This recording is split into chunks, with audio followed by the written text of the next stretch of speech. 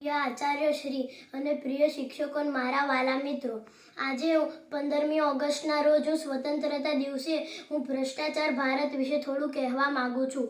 મને એ સમજમાં આવતું નથી કે હું શાને માટે થાય છે. ફૂલડા ડૂબી જાય છે અને પથરા તરી જાય છે.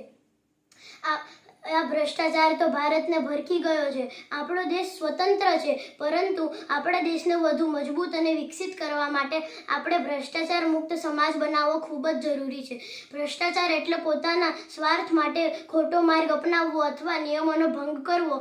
સારા નાગરિક તરીકે આપણે સત્ય, ઈમાનદારી અને પ્રામાણિકતા રાખવી જોઈએ અને વિદ્યાર્થી તરીકે આપણે નકલ ન કરવી જોઈએ અને ખોટું ન બોલવું જોઈએ અને દરેક કામ નિષ્ઠાપૂર્વક કરવું જોઈએ. આવી નાની નાની સારી આદતો જ ભવિષ્યમાં ભ્રષ્ટાચાર મુક્ત ભારતનું નિર્માણ કરશે. ચાલો આ 80મા સ્વતંત્રતા દિવસે આપણે સૌ સંકલ્પ લઈએ કે ઈમાનદાર નાગરિક બનીશું, દેશના નિયમોનું પાલન કરીશું અને ભ્રષ્ટાચાર મુક્ત, સ્વચ્છ અને વિકસિત ભારતના નિર્માણમાં આપણે આપણું યોગદાન આપીએ. અનેકતામાં જ એકતા, એ જ અમારી શાન છે.